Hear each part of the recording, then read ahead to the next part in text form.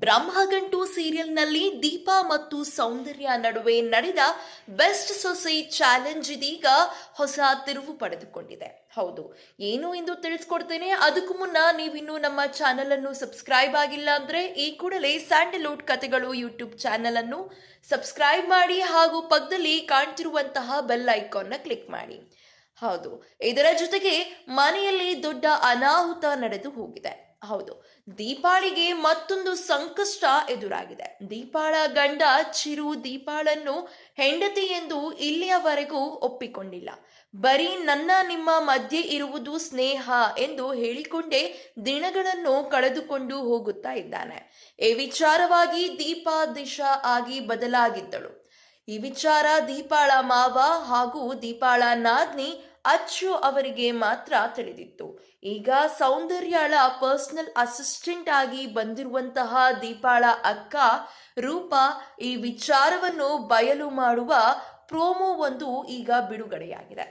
ರೂಪಾ ದೀಪಾಳ ಪ್ರತಿಯೊಂದು ಡಾಕ್ಯುಮೆಂಟ್ಸ್ನ ಚೆಕ್ ಮಾಡಿ ದಿಶಾ ಹಾಗೂ ದೀಪಾ ಇಬ್ಬರು ಒಂದೇ ಎಂದು ತನ್ನಷ್ಟಕ್ಕೆ ತಾನೇ ಸತ್ಯಾಂಶವನ್ನು ತಿಳಿದುಕೊಂಡಿದ್ದಳು.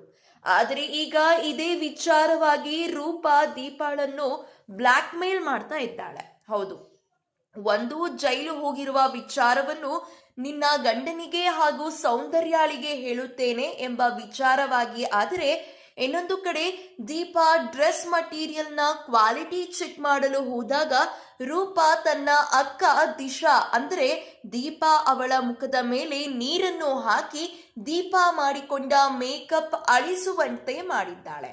ಹಾಗಾಗಿ ದೀಪಾ ಮೇಕಪ್ ಇಲ್ಲದ ಹಾಗೆ ಆ ರೂಮಿನಿಂದ ಆಚೆ ಬಂದಿದ್ದಾಳೆ. ಅದಕ್ಕೆ ಚಿರು ಹಾಗೂ ಸೌಂದರ್ಯ ಶಾಕ್ ಆಗಿದ್ದಾರೆ. ಈಗ ಚಿರುಗೆ ಹಾಗೂ ಸೌಂದರ್ಯಗೆ ದೀಪಾ ದಿಶಾ ಇಬ್ಬರು ಒಂದೇ ಎಂದು ತಿಳಿದ ಬಳಿಕ ಇವರು ಯಾವ ರೀತಿಯ ನಿರ್ಧಾರವನ್ನು ತೆಗೆದುಕೊಳ್ಳುತ್ತಾರೆ ಹಾಗೂ ಚಿರು ದೀಪಾಳನ್ನು ತನ್ನ ಹೆಂಡತಿಯಾಗಿ ಒಪ್ಪಿಕೊಳ್ಳುತ್ತಾನೋ ಇಲ್ಲವಾ ಎಂದು ಕಾದು ನೋಡಬೇಕಿದೆ.